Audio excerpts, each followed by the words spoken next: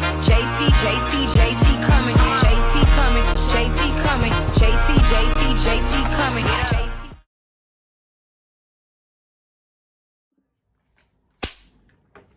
Hey y'all, and welcome to another episode of the Pull-Up Experience. Yes, we have yet again a great episode. We are episode 249, okay? 249. We are killing it. Of course, y'all already know. Getting ready to hit a 250 real quick. Yes. But not before we have yet again another fabulous guest.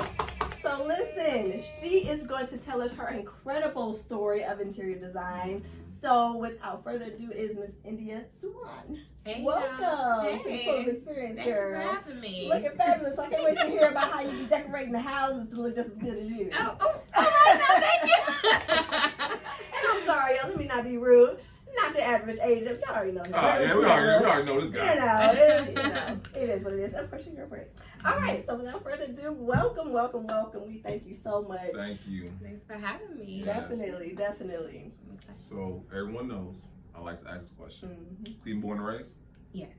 So you had to represent a hood here in the city. Oh, okay. What hood you representing? I grew up in Bedford. Okay, good.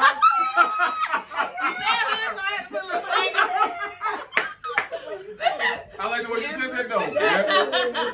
Okay, Bedford. I like that. So that means you went to Bedford? I did, yes. Okay, that's Awesome. okay. So with that being said, were you that kid that when the teacher asked who can organize the room or whatnot, were you the one they called on? No, I actually was really shy. Until I got to like high school, I kind of got more into like myself, I would suppose. But as a kid, I was shy. I like to be a helper, but it was like they would have to ask me. I wasn't volunteering. Yeah. Okay. So where would you say the entrepreneurship? What I want to call it, because I feel like it's a calling. Some people call it purpose. Some people call it, you know, what I'm saying, an option to get out of the 9 to 5. Okay. When you say it strikes you? Oh, you want the long version or the short version? Come on, it's your interview. Yeah. Okay, it started, well, I still work at this job, so I'm gonna be quiet because I work full-time. Okay. But I had a supervisor at that time that was extremely, I'm gonna call it what it is, racist. And she would do a lot of unethical things, and I guess she didn't know that my background was in management. So things that she was doing, I was like, you're not supposed to be doing that. So I had to like document and stuff like that. So long story short, I didn't like her. And it was New Year's, and I was sitting up in my room, and I do a thing where I journal and I pray and like, you know, just ask God for guidance and stuff like that. And I was sitting there like, this job just can't be it. This can't be it. Like, it's got to be something else that, like, God, what is my purpose? Like, what do you want me to do? Because this is not happening for me. And so literally wrote in my notebook, went to bed, New Year's, whoop-de-whoop. And my family had COVID. It was during 2020. Okay. So, make sure we get that. Right. Let's make the picture of the whole. Yeah, the whole thing. So I got up the next day, me and one of my really good friends, Simone, we do a New Year's phone call where we kind of like chat in and talk about like, what are your New Year's resolutions? What you got going on? Blah, blah, blah.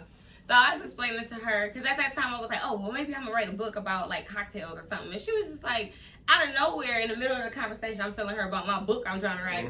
She was like, you still do decorating or design and stuff like that? And I was like, no, I let that go a long time ago. Because earlier in like, I think it was like 2015, I had tried it, but I was like, I don't feel like begging or like asking people like, oh, let me do this. Like, I just wasn't in that spirit or that mood to like really be self-pushing, and you have to self-push when you work in this field. So I let it go. She was like, you still do that? I was like, nah, I don't do that no more. And so she was like, okay. She was like, you really should get back into that. You were really good at it.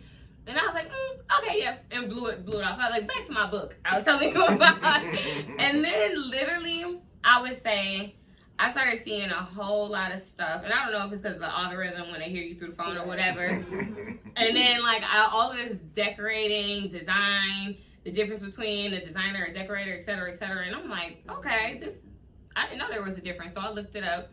Then I would say probably a month later, not even a month, because I started this project in February because I was going to complete it before her birthday.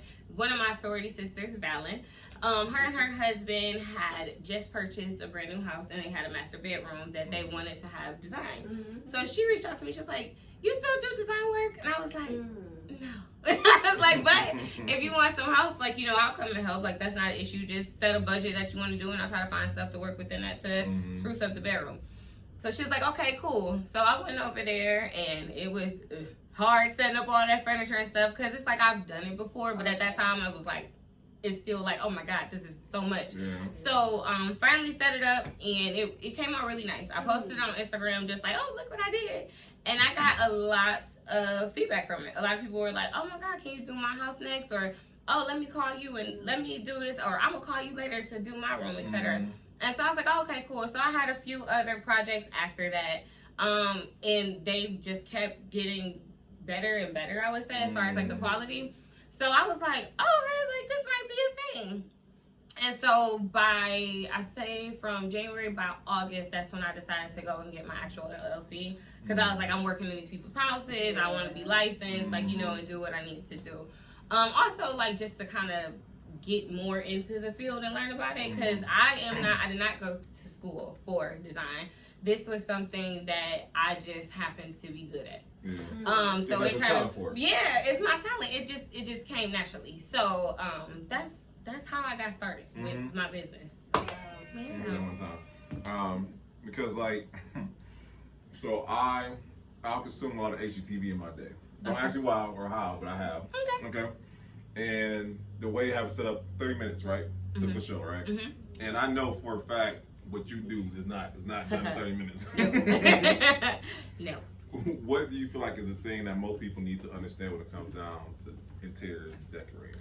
Ooh, I would say the most important thing is patience. Because as a designer, you know, we are ordering from different vendors and they're shipping through different companies and stuff like that.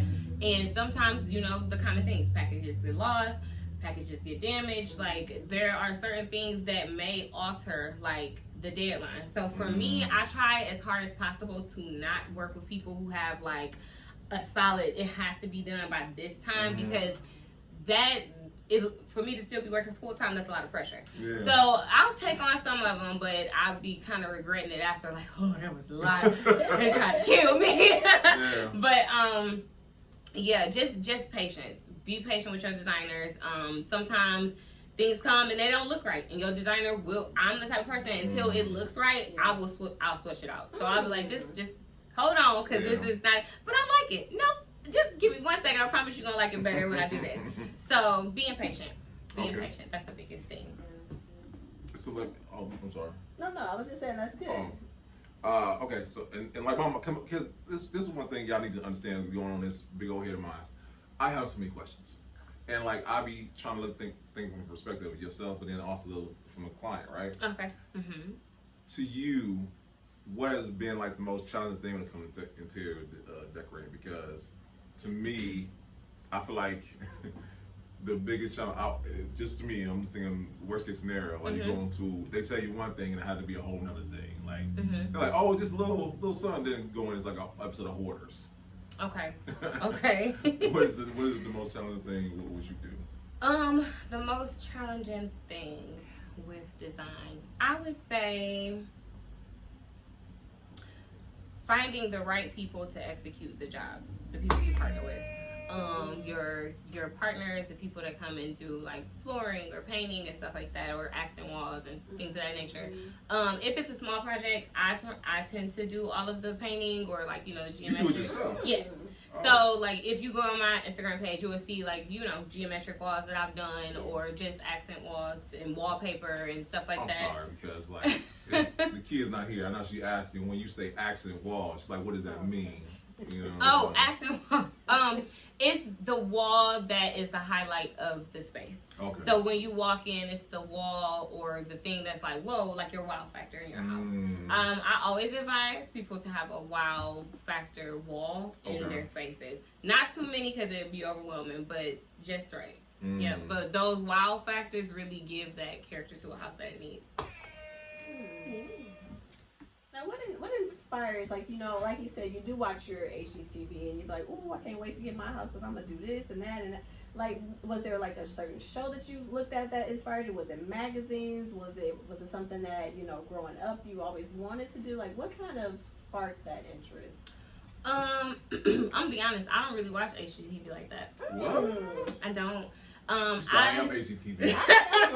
I try to not watch so many other designers so closely because then I feel like I'll be tempted to mimic their work. And as a designer, you are an artist. So it's your own artistry. So you shouldn't be, like, you should know what's trending, like, you know, but I try to, like, watch how much I'm, like, paying attention to other designers. I'm like, oh, this is great, this is amazing, but I don't really, like, study them because just for me as a creative, it will make me start to do stuff like them versus doing my own thing. Yeah. That's fair. Yeah. That's good. No, because I've heard rappers, they're like, too often, they like you said, too often the person mimics out of, because they heard it on the radio, like, dang, where I come from? Because you heard it say it, whatnot, right? And it just inadvertently comes up in the song and whatnot. So I think that's great advice. I have to fly for anybody because one, it keeps you creative, but at the same time, it challenges you to have to, you know what I'm saying? It is to be you. Yeah. Now what I do is I look at Pinterest a lot for inspiration when I've already come up with my idea to see, like, okay, what else can I add to this room off of whatever I have, or to find something that someone has already done that will match what I'm trying to do for this particular client. So if I could kind of give them a visual before I give them the actual visual, it like kind of helps with creating what we call a mood board, which we put together to create the mood and the concept for the room before we even get to building your design. Wow. Yeah. Okay. I'm gonna be a better real estate agent now because I'm like, we need a mood board for here. Okay, guys? Yeah. Yeah. No, listen. Okay, let me ask you this because I'm not gonna lie to you. I don't know any other interior decorator that looks like us. Okay. How you came across that too often? That when they so there is a scarcity of minority Black in particular designers. I did meet two amazing young ladies, one that's newer, one that's more seasoned, in Cleveland. Hi guys, I love you. We have a community, we support each other, That's we have cool. our meetings. So those were the two, but I was talking to one of my other mentors who is from Cleveland, but she's out of state. And I was like, I don't know no designers in Cleveland. And I had went over to Great Northern because I heard about an interior designer over there. I can't remember the company, plus I'm not gonna blast that company. But I went there and there was a uncomfortableness of being there because I didn't look like them.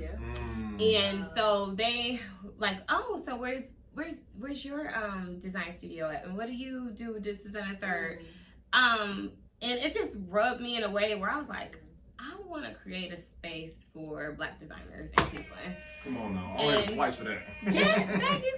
And that's what led me to opening up my event space, Swan Support Design Event Studio, because I wanted to create a space where, you know, as I meet designers, they can feel free to come there. And eventually I would like to do showrooms, etc., to showcase like our talent. Just because like I had got a number from one of the ladies that was at the design thing or whatever. And she was like, oh yeah, call me afterwards. I followed up, I called, I texted, and never responded, never got back to me. So I was like, I don't like the way this feels. Especially because I've met other designers outside of Cleveland that look like me and don't look like me, that were super supportive, super amazing. Like, so to feel that way, I was like, I don't like that. I would like to create my own little space of, you know, places where people could meet. And I had through an event when I first opened up the building. It was called Community Over Competition. So I'll be throwing another one so we can get more people that are in the same fields in the same spaces. That's dope. Okay. Awesome. You there, by the way. Okay. Love to have you. Yes, ma'am. So I got so many questions because you work full time. Yes, I do. And this is what I feel like a lot of people understand because I work full time. Brittany works full time. Okay. We all work full time. Okay. Especially in this economy, you cannot. Hello. Them dudes. Yeah, them buildings, right? Yeah. Let's talk about how you not saying schedule, or how do you work full time and still run a business? It is a lot of planning, a lot of not enough sleep. There's sometimes where I literally will get up at 4 or 5 o'clock in the morning, sometimes even 3, just depending on like sleep. Yeah. And I'm working. Like even if I'm laying in bed, I'll start building someone's design, or I'm putting together a mood board, or I'm looking for like, you know, something to add to like the designs that I'm creating. So, because I could do it from my phone, sometimes I'll like later, like, but I'm always working. Right. And so, like, on my lunch breaks at work, like, I'll like quickly like call whoever called me during the day, answer his phone. I'm laughing. What you mean? Yeah. All I be doing. Because it's like I don't want them to feel like I'm ignoring them. I try to be as attentive as possible because I don't want to be one of those black-owned businesses where they're like, "Girl, I can't never get in touch with them." I'm like, "No, like, let me try to see what you got going on." Or I'll accept what I gotta take a call really fast, and I like talk to my clients and stuff. So, it's definitely a thing of balancing and trying to stay as organized as possible, and also taking space to restructure. I have to restructure, look at my processes, especially if I have a project that I feel didn't go as smoothly as it was supposed to go. I'm very hyper like critical of myself sometimes, and I'll be like, okay, so how can I improve this? Because I don't want this to happen again. Yeah. So I'll go retweak the process and try it with the new client to see if it works. And I'm very, very transparent with my clients. Like if I'm new at something, if I've never done something before, and it's like, you know, we want to try this, I'll be like, you gonna let me try my hands at this? And they be like, yeah, girl, you can do it. I got you. Let's do it. So yeah. Yeah, no, that's good. And I think as entrepreneurs, especially as beginning entrepreneurs, I feel like we have to understand that principle right there to be able to say, hey, I'm new at this. It doesn't lessen the quality of work. Right. Just know that, hey, we're trying this together. Right. You know? And I just feel like clients should allow your designers to try new things. Like if we've done work before, like you know our work quality and how we value what we do. So be open to us doing new things instead of the norm. Like I see, I've received a few clients who want to do what is trendy, and I'm just like, okay, we could do that, but let's add a little bit of this or that, something that makes it look like you didn't just copy off of an Instagram person, and you actually had a designer come into your space and like, you know, do some design work that's different. So getting clients to be open to design. So when people walk in your house, they're like, oh, this looks amazing. Yeah. I find that the best projects that I have are the clients that, one, have the budget, two, allow me to just come in and do what I want. That's it. Yep. They're like, nope, just do it. And it comes out amazing. Yeah. I got a question there, but I'm gonna ask you how do they come like, I want it like this. I want it like this right here. Like some do, some are like, I have no idea what I want to do. So, and that's when I pull out Pinterest like, okay, girl, so you like this one? Or do you like this? Like I save certain things that I think people would like, or stuff that I would like to try, or a concept that I would like to, you know, incorporate in some way, but put my own artistic twist to it. And I'll show them like, hey, what do you think about this? Or what do you think about that? Or just giving them different styles of design to look at. I like to mix different styles. Okay. Now this question is, I'm just interested to know if there is a difference. Is there a difference between interior design and interior decorating? Yes. Because I kept noticing that he was saying decorating and you would say design. So I said, I wonder if there's a distinct difference. Yeah. So there is a distinct difference, and I learned it from one of my mentors, because I had went to a conference and I was like, oh, I'm an interior decorator. And then one of the designers was like, do you build your designs in the computer system? And I was like, yeah. She was like, do you put together like different textures and palettes and stuff like that? Yeah. She was like, then you are a designer. You're designing. She was like, you're not just decorating. She's like, a decorator is someone who comes to a already almost complete space and swaps out pillows or the artwork or adds to what they already have. A designer is someone who creates a completely new space. I've done both. Okay. So yeah, that's the difference. Oh, listen, I didn't even know. I didn't know either, but I started noticing. Now I know the distinction, because I feel like you specialize in one versus the other, but I think you have to be talented to do both. Yeah. For Yes. Sure. because sometimes like my clients, I know some designers, I don't know all of them, but like some designers will make their clients throw out furniture that they have if they don't like it. They're like, we're not working with this, or I'm not working with you. I mean, hey, listen, designers will fire their clients, okay? If they're not willing to like cancel out certain stuff, because you got to think of it as designers, we're artists. So, and we need your space to showcase our art, and you're hiring us on. So if you're hiring us on, then we are going to do our art. Me, I have a special place for Black communities and Black homes to look and feel a certain way. And I know that we also don't have access to things that others do. So for me, I do my best to try to work with what my clients have. So if they have like a brand new couch that they like, I'm like, okay, how can I put together or build a design around what they have instead of like going deep in their pockets, like, oh yeah, you gotta get this couch and then I'm gonna make a profit off. Like, I don't do that. I try to, my thing is I want more Black homes to have a good feng shui in the spaces because it creates better mental health. And I think that mental health is very, very important. So that is my biggest thing when it comes to houses. See, I'm about to use feng shui. I'm about to try to press you with my words, but you already said that. I was like, the feng shui, but sure, that's how I got to it. Okay, so you can go out the window now. I did my little research for the interview, you know. But I do have a question because, like, so I had a conversation with my barber. Like you said, artist, right? I was asking him because I have a large head, right? And I would say to him, I want a certain haircut. He'd be like, bro, you can't put it up. Not even put it up, but because your head is shaped a certain way, your hair is a certain way, I won't be able to do that. Okay. How do you communicate with your clients who have an idea of what they want versus what they can actually obtain? How do you communicate that? I'm a very I would like to think I'm a very down to earth designer, so I'm like, that ain't looking like what you can get in your budget. So come on, baby, let me show you something else that might work. But yeah, I'm very straightforward. Like I'll be like, you know, I like this, and what we can do is we can create something similar, but because of whether it's budget restraints or your room shape, we can't do it. So there was a recent client of mine, I did her accent wall, and she had a very unique shaped wall, and she wanted a geometric wall. And I came up with this design, and then when I started doing it, I was like, this not gonna work, and it's not gonna be even, and it's not gonna look right. So I called her and I was like, hey, I have to swap out this design a little bit. And she was like, okay, girl, I don't care. Like, she was like, I trust you. So I was like, okay, cool. But sometimes you work with the space versus trying to fit something into the space. Yeah. Okay.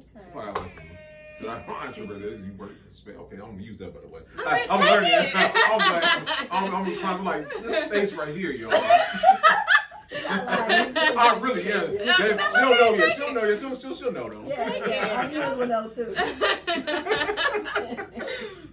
And like the questions don't stop because I have more questions. Okay. Dang it, we just lost my head. Sorry. No, okay, I got it. It came back. I won't go back to the 9 to 5 because once again, everyone here works 9 to 5 and whatnot. And I love how you said, because I've done it. I'm pretty sure Vinny's done it. And we talk about off camera. We talked about those who try to I'm trying to not sound good. How when they try to they have their own ulterior motives. Yeah. And we talked about how they come to you and say, hey, I need you to decorate, or not, I need you to do the interior design of this place right here. How do you handle that as a female entrepreneur? Because I know I said my piece off camera, but how do you handle that? So I'm trying to make sure I'm clear, and I'm probably gonna sound whatever. You talking about like if somebody tried to hit on me, and how do I manage that? I was trying to say. Okay, gotcha. So that has happened a few times, and well, consultations aren't free. So you weed out people that are serious and that are not, or that have ulterior motives, because it's like, oh well, that's consultations aren't free. That costs this or this costs that for me to come out and to assess your space or whatever. So yeah, that's how I knock that out. Yep. I like that right there. Yeah. Like that. Hot episode. Consultation ain't free. Okay, no, that's good. Okay, and now a question came back.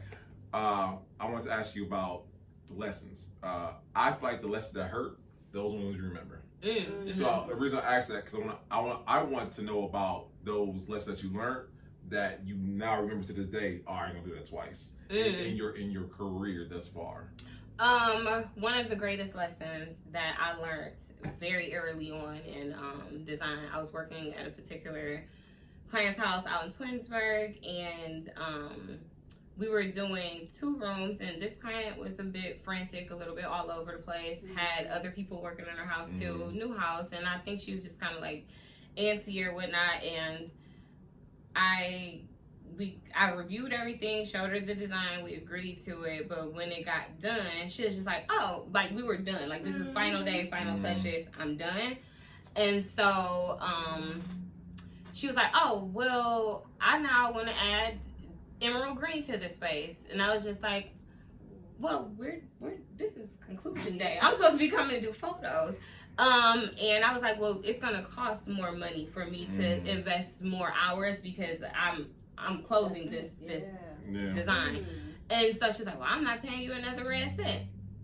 She didn't, and I make people at that point in my career, I was allowing people to pay half up front and then half once I finished. I no longer allowed that because she ran off without paying me the remainder of, my work, and whether she liked it or not, the labor was done. And you just don't do that, especially for like a new entrepreneur. She knew I was newer, so that's maybe why she tried her hand with that. But lesson learned. So for me, I do take all of my payments up front because I know me, I'm going to finish it because it's my brand, it's my name, and it's what, like, you know what I'm saying? Like, I'm not about to do it because I don't want anyone to be like, oh, she did a horrible job or did this and the third. Now you're gonna have people that say that, yes, but that's just people. And they ain't entitled to that. But yeah, that was the biggest learning experience for me, and I started to embed more things into my contracts because my contracts were very simple at that point. It was just like, oh yeah, you're allowed me to come in and do this. It was like a little check sheet. Now it's probably like 2-3 pages long to review of like detailed things that are required. Yeah. So some contracts is tight. And that's when I broke out into different phases of the design process. So I fine-tuned my whole entire design process. I think after that, I had like 5 projects that I was working from, I would say, the beginning of August to the end of October, early November. And once that was over, I took the whole November, December off. Like, I took it off and I was like, right now, because of what has transpired, I am now going to fine-tune my processes. And I cleaned them up. I had an amazing, amazing girl that I met at a conference. Her name was Stephanie. And she was so gracious enough as a seasoned designer to show me what her contracts look like. And she was like, this is what you're supposed to have in your contracts. And, tweak it to fit your business needs and how you do things or whatever. But that's the thing of like community and having people that, you know what I'm saying, want to help or want to see you succeed. And plus it's not like, oh, we in the same city, so she was like, here, girl, take it. So yes. Shout out Stephanie. And shout out to the community. Yeah, for sure. Now, when it comes to interior design, do you notice, because I know you said you took November, December off, that was just for you to kind of get everything restructured. Do you notice that there's just seasons where you're busier and seasons where you're not so busy and kind of I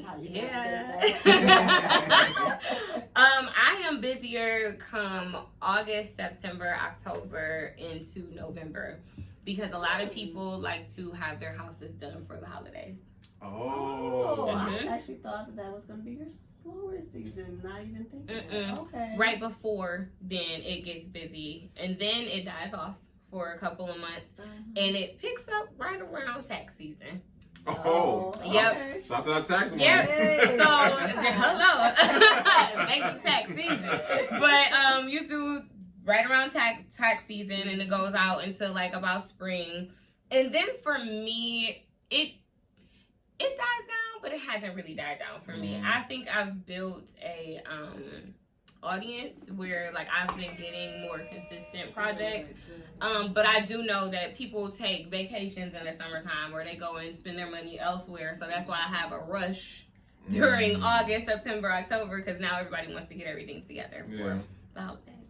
That's good. Yeah. And so this question that I want to ask you, because like you, I'm not saying you're a solopreneur because you work with other people in different capacities and whatnot, but how many clients will you say you will take on at one time? Because I know with you is it more so quality versus quantity, like the more clients, or to say that the scope of the work is very large or whatnot. Like how does that work? I don't really turn down clients. I will explain to them that, hey, I am more than willing to work on your design and like, you know, move into this whole process with you. However, I am booked out until whatever date this is. Okay. So whether that be a month, 2, 3 months out, like, you know, and I explain to all of my clients I still work full time, so that puts a slowdown in the process. That's too. So I just let it be known, like, there's a wait. If you're willing to wait, if you're available, like, we can start your process. We can start your process wherever, because it's the consultation of me coming to see your space, and then there's the design build. I could design in between like projects, because I mean, like I said, like when I'm on my lunch break or when I'm at home early in the morning, I can create the designs and stuff like that, and I can still present them to you while I still have the freedom on the weekends to do my setups. That's good. So that's how I kind of end up doing it. You say I'm so good. I can do it in the shower. I can just design it while you do. That's how you know you get what you do. You know. Thank you. Yeah. No, that's good stuff right there. And like so as a real estate agent, I want you to be able to tell people the importance of having an interior designer on your team, because that could be the difference between getting a house sold and not getting sold. Right. Okay. So staging is something that I am just now breaking into. Okay. So it is not something that I'm like fully seasoned in. I'm growing and I'm learning. Okay. I was blessed with the opportunity to work with 2 real estate agents currently, Ebony and Kayana. Shout out to Ebony. And they have allowed me to like source out like the materials for the space, the flooring, the paint colors, come up with the concept for the home that we're doing or whatever. And I think that by having a designer, you get the most up-to-date trends. It helps, honestly, as a realtor, like your job is you want to sell the house, not necessarily design the house. So it makes it easier when you have a designer where this is what you love to do, and you like, oh yeah, we can do this and create this and the third. I'm learning you got to stay within budget, because I got a little too excited. Not that excited, but you know, they're like, oh yeah, girl, that shit a little too much. I was like, okay, I'll find something else. But I think that eventually when I fine tune all of those things, it will make a realtor's job so much easier, to the point where they're like, oh, you're just coming and just overseeing to make sure it's getting done, and like once it's done and completed, it's done. Because sometimes when you hire your designer, that could be your project manager. If your designer is your project manager, because some designers have a team of people. Yeah. Or if you have your team, like your designer, because they've designed the layout of the space, they can be in touch with all of your contractors and be like, hey, these are the floorings, this is where to pick it up, this is the paint, this is where to pick it up. I can order the materials for you as far as like, you know, handles, like fixtures, etc. And we can get it set up. The realtor is just pop in, pop out. Yeah. So a designer could really, really make your life easier. I didn't even know that though. Yeah. Shout out to y'all. Yeah. But y'all like a junior general contractor in that joint. Kind of, yeah. That's what's up. Yes. We'll talk afterwards then. Okay. No, that's what's up though. So let me ask you this.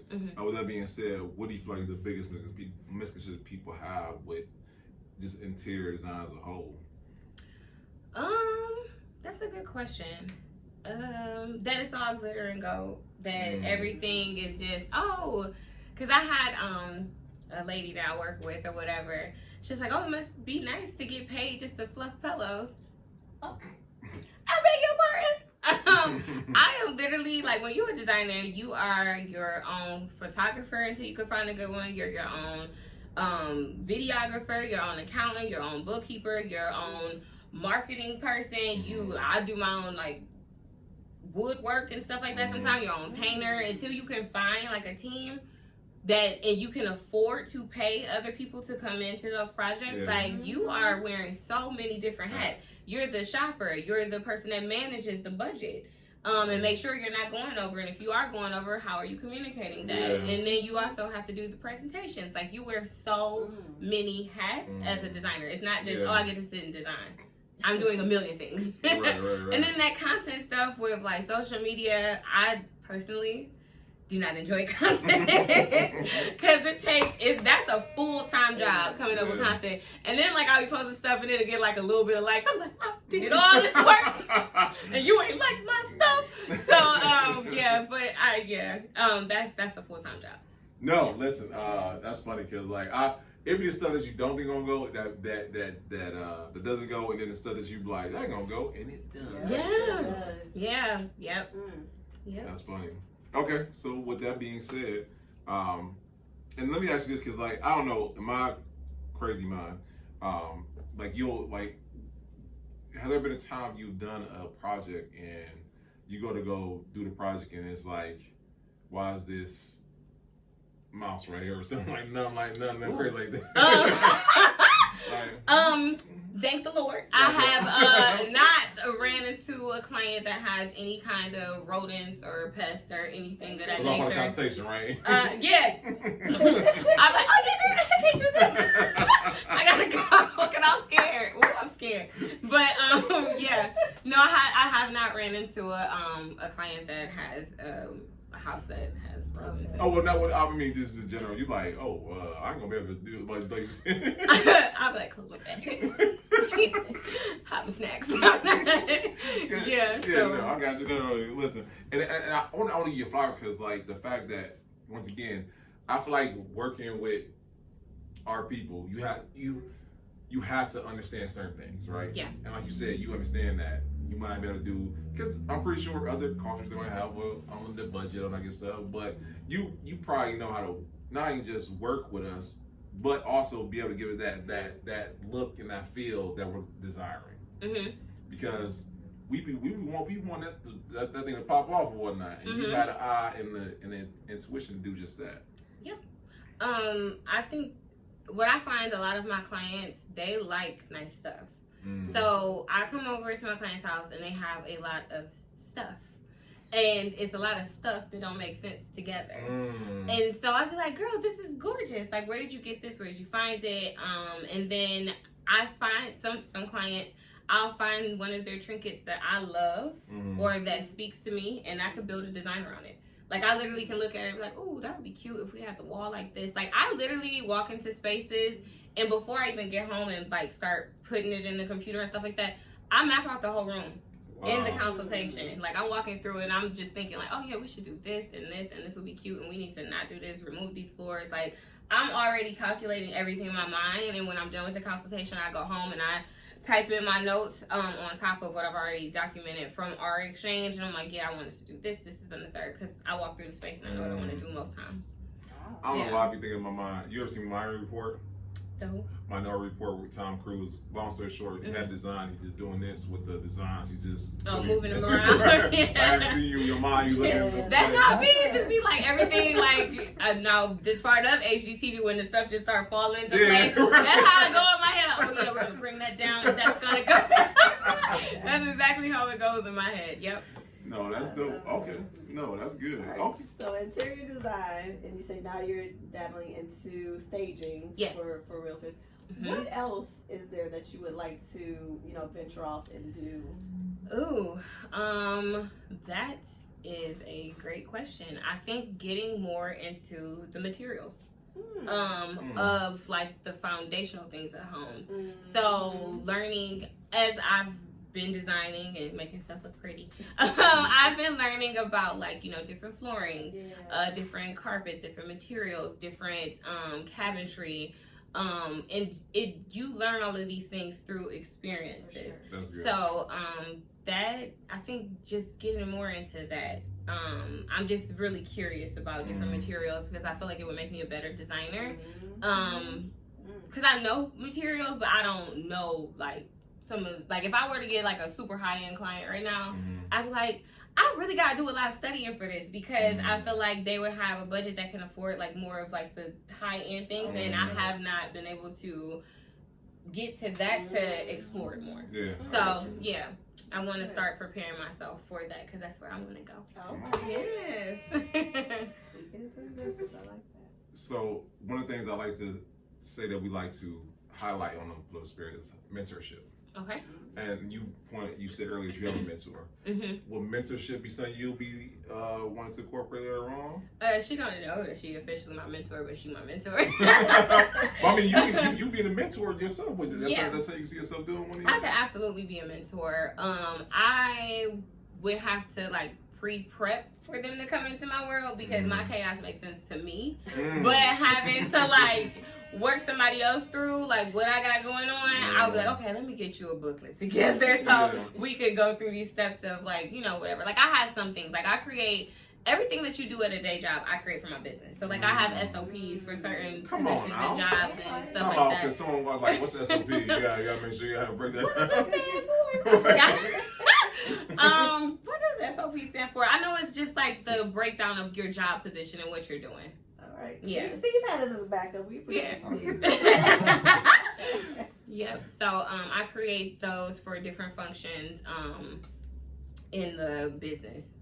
So whether it's like, okay, for media and Instagram, like how do I go about doing this? Or if I'm going to do a presentation, how does this look? What paperwork do I use? Oh, that's dope. So I create all of these things. For podcast. Yeah, so it's a breakdown of everything that you do in your current position, and I even break it out into different categories in the position I am, because I'm planning and preparing myself to become a bigger business where I have more people under me. So I want to be able to make it a smooth transition to have people that I hire on, or people that do like hire me as a mentor, or not hire me, but I'm a mentor to them, so they're able to get it more quicker. Like I feel like when you have a SOP or like a guide to certain stuff, I can show you and walk you through it once or twice, and then I don't have to spoon feed you anymore, because you can look it up. That's good. Yeah. I'm asking, my daughter's 13, and she is like, she'll come in my room and be like, Dad, this gotta go. I'm like, girl, if you don't get out of my room, this is a man's room, boy, right? And I'm like, oh, so, and I said to her then, because she'll watch a lot of HGTV, and she'll like, she loved that stuff. Okay. So that's what I'm pitching her, Daddy got you. Okay. I forgot the words and whatnot, but I know, but I think it's awesome that you're literally helping the next generation of Black interior designers and decorators of the future. Thank you. I'm excited to be a light to other people. And to see more people like us and that look like us in these fields. Because in all honesty, I feel like I've watched HGTV, but I never paid attention to what is an interior designer. I didn't even know what that title was of what they were doing. So I think it's like knowing the different names that go with the different things that you're seeing, and knowing like growing up as kids, like, oh, this is something you can actually go to school for. This is actually something you can do. Right. Yeah. And it's obtainable on top of that. Like, yes. Representation really does matter. Yes, it does. Very much. Shout out to you. Okay, so listen, we talk about the past, talk about the present, talk about the future. Okay. I know we kind of alluded earlier when Brittany asked you what do you have on the horizon, but what are some of the long-term things that you have for you in your business? Long-term, I hope that it continues to grow. I would like to become one of those designers that I don't have to always do all of the designing. I can hire other designers on to like kind of... Like a firm? Yes. So I would love to have other designers come and work under this umbrella of things, and I'm able to be like, okay, yeah, your design is amazing. We're going to roll with that one for this particular project. And allow other designers to showcase their work underneath like my bridge. So because I can only do so much. I'm getting older. So it's like I eventually want to bring on younger designers and have a team and be able to like guide them until they feel like they're ready or want to branch off and do their own independent thing. And I would support them 100%. That's dope. Yeah.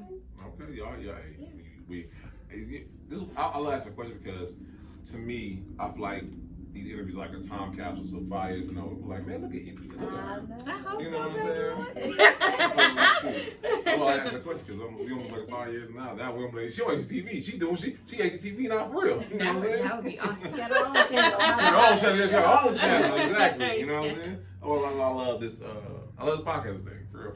Yeah. We see great things in your future. Thank you. I'm excited for the future. Yes, ma'am. So that being said, y'all already know we have these great questions we like asking all our guests. Because I love the answers, because they're like snowflakes. No two are the same. But one of the reasons why we started this podcast, because when we started this podcast, unfortunately, when you know entrepreneurship in the city, there's only a couple names you can think of. Now, it's like boom. Okay. We doing it. We 249 episodes in. We ain't still not anytime soon. That's amazing. No, God is amazing. good. Hoodie. With that being said, at that time, collaboration wasn't like one of the things we were known for. Okay. So with that being said, how do you feel like we can change the narrative of Cleveland now being a place to collaborate? One more time, how can you share the narrative of... How can you change the narrative? Change the narrative. Because like you said earlier, unfortunately people, they weren't. Were they from here? The people you Oh, they were from there. So they kind of that's my question there. How can we change that narrative though? Yeah, I think that we need to start having more meetups, and I think that people need to be more open with sharing information. And I don't mean like giving away your whole entire playbook, because you worked hard to build the structures that you build. But if you see someone like that is actually putting in their work and like have their own structures, and they're just asking you like, or you know what I'm saying, like that guidance, sure. I don't think that there's anything wrong with sharing information. Like, and a lot of people are worried about like, oh well, what if this person surpasses me, or they become better, or this is and the third. Great for them. You got what you got going on for you. That's what God has for you. It has nothing to do with their journey.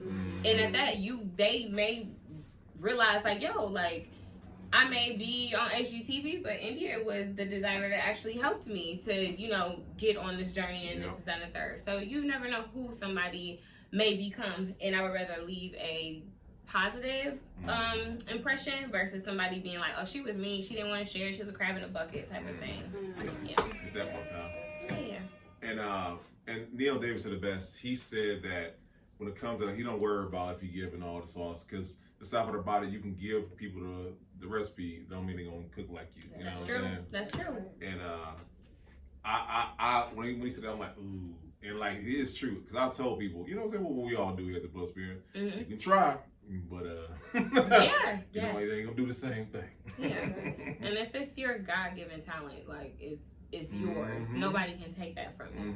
So just they can't mirror God's favor. Yes. Yes. Okay. With that being said, in my crazy mind, I feel like I be having Kanye West moments. Everybody watches our podcast. Okay. So that being said, who would you like to collaborate with in the future? What company, entity, person, corporation would we like to see India doing her thing with? That's a good one. I be so focused on like just getting this together. I haven't really thought about like collaboratively. I mean, I worked with a few amazing companies already. I guess I could talk about like a dream project for me. Come on now. A dream project for me would be designing a restaurant. Oh, come on now. Yeah, I would love to start getting more into like big time commercial spaces, and that's why like I'm like really pushing myself to study more on materials, because you got to know the different materials that can take high traffic and what can. So looking for my opportunity to do that. So that's why I love our network, because now you're alumni, by the way. You're part of the pull-up experience alumni now. And we'll talk afterwards. I know somebody who is trying to find a space for a restaurant. Okay, so nice. We'll talk about that. So yeah, so look, that's what you actually shall receive. Yes. Come on, Jesus. Yes, I'm excited. Yes.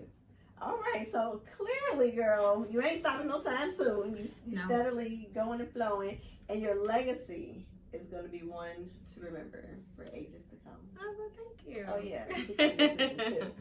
So, legacy, what would you like for the legacy to be for you as a person in here, but also for your business? Wow. And I had time to think about it. I think that for my legacy, for me, just as an individual, that I was a good aunt. and I showed up for my nieces and nephews in the way that I was supposed to. That's good. And that I gave them something to look up to. Like, I think sometimes you lead by showing an example of like what hard work looks like, what dedication looks like. And you know, a lot of people or families, sometimes they don't see the vision because God didn't give the vision to them, they gave it to you. So they'll project their fears onto you because they just don't want to see you like fail or something like that. So I guess my legacy would be like, whether I fail, whether I succeed, if I fall and then get back up and succeed, I want my nieces and nephews, because I ain't got no kids, to be able to look at that and be like, oh, Auntie never gave up. She showed me what hard work looks like. So I think that would be my legacy. That's a great legacy. Yeah. Awesome. And not just my nieces and nephews, anybody that feels somewhat inspired, whatever your field may be, just learning from other business owners and just growing on it. That's good stuff. That is. Well, listen, we've had a time with you, girl. This has been great to hear about your journey, to hear about how it all started, how it's been going, and where it's going future-wise. It's been incredible.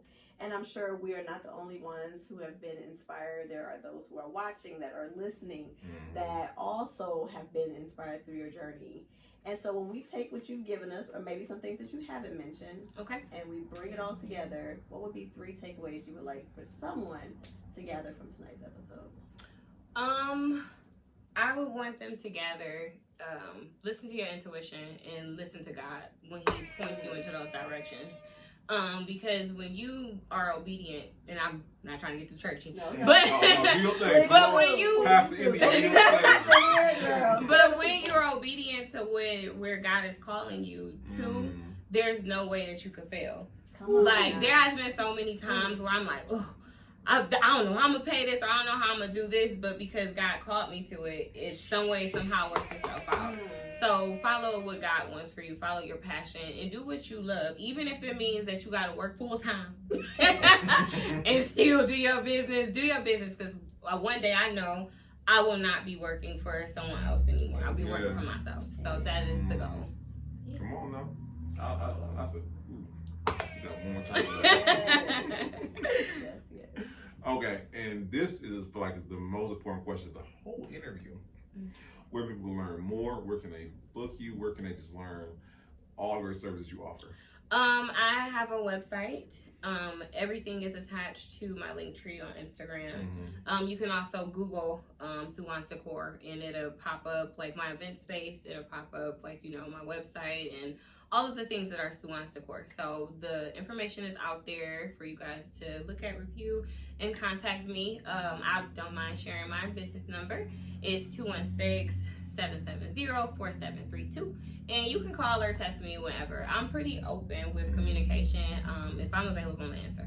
Okay. Yeah. Now listen, if you're watching this, guys, on YouTube, where it's gonna see it, right? If you look right below where the episode is, right in the show notes, is all the information. So I don't want to hear no excuses. Oh, I know it's right there. So stop playing. Listen, we can't thank you enough. So we're gonna do part 2 of the pull up on one of your projects and see the master, you know what I'm saying, doing her thing. I would love that. Yes, ma'am. Yes, ma'am. So we thank you so much for coming on tonight and sharing your story with us. Yeah, thank you. It's crazy. I'm gonna share one last thing. I was on Instagram on my business page and I was scrolling, and I happened to see an interview literally probably last week when you reached out to me, and I was just looking. I was like, dang, what I gotta do to get an interview on there? Like, how do they find the people that they want to interview for that? And literally, the next day, I got a message from you guys, asking me. God is listen, good. I'm telling you, he be knowing. So that's great. I'm great. I appreciate you, because people gonna be like, well, how did you get an interview so fast? Right. First of all, God is good. That's what you understand, right? Sure. And literally, and this is what people don't be knowing. I don't be on Instagram for no apparent reason. I'm on Instagram for a purpose. I'm posting and I'm looking, right? And I'm looking for great, and I'm gonna be real. I look at people who I think, one, can serve an audience as far as their story. Two, they're in the field that we have not covered yet because I don't think you're our first. What material. What an honor! Thank you. Yeah. And it's just that we keep it like that. Like I look for dope stories. I don't want to keep doing the same thing over and over again and all that good stuff. We're on 249. We gotta keep interesting on here, okay? and I seen your I've been following your page with them. I'm like, you know what? Boom.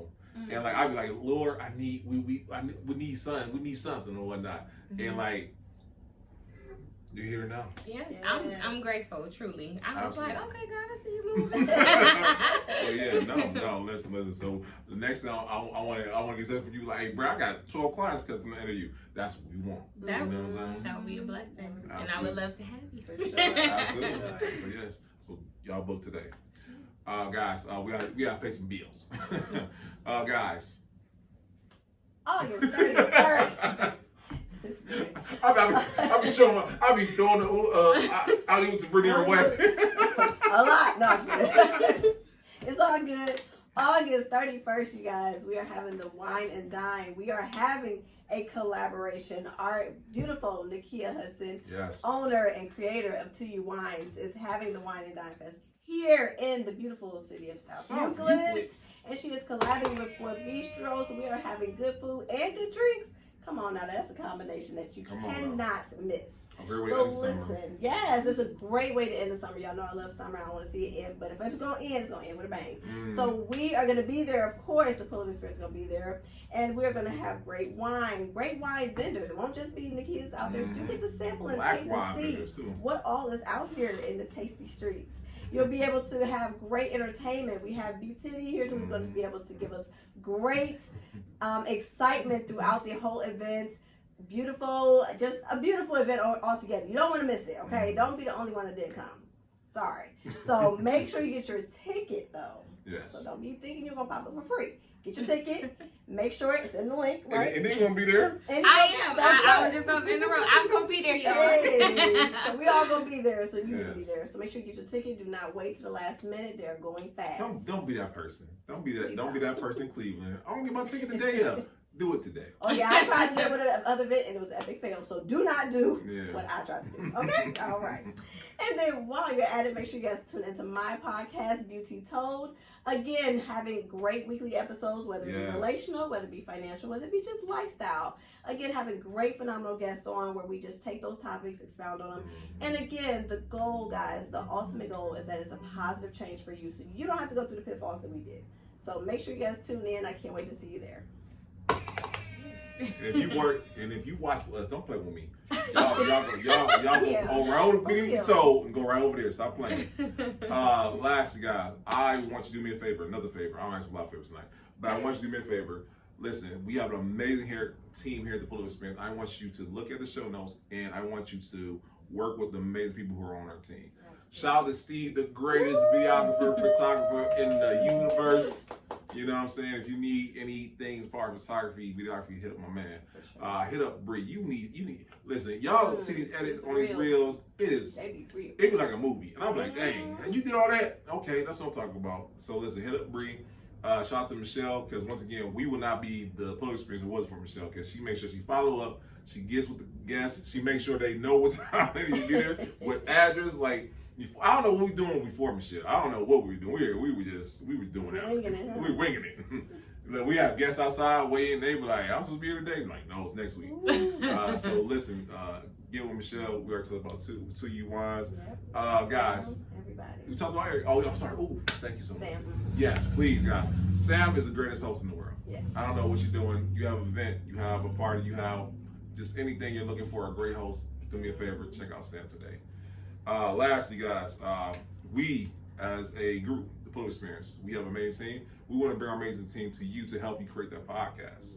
We believe in 2024 and beyond, podcasting is literally you owning your media as a business, a service, or product. Not only is podcasting so great because one, you're able to differentiate yourself in the field. You're able to create content for your social media pages, but then you're also able to create a whole nother revenue stream for yourself. So guys, we here at the Pull Up Experience, we like 249, we've been done it. And now we're able to show you what obstacles to avoid. We're able to show you the shortcuts. We're able to basically make your podcast journey just that much easier. So listen, we're going to be holding classes soon. We're having that, and we can do one-on-ones. Whatever works for you, we can help you, okay? So do me a favor, click the link below, and that's it. Lastly, I want to thank you, the person watching, you, the person listening, because, guys, episode 249, we are one away from 250. That is something I don't want to say lightly, because most podcasts don't make it past episode 20. We have done it. Math's not my strong point, but you do the math on that. We did it many times over, okay? So I want you to thank yourself for watching every week, because the last time I checked, this is as of right now, 7.8 million views, 7.9, all depending on what we're looking at. And then as far as subscribers, we're at 16,000 subscribers and counting. And I want you to understand that in Cleveland, Ohio, that is crazy. You know what I'm saying? So I don't want to make light like that, nor do I ever want to say that for granted. So I want to just thank you guys. Thank God for that. Because without him, this wouldn't be possible. So guys, we just want to thank you, and we'll see you guys next week. Peace.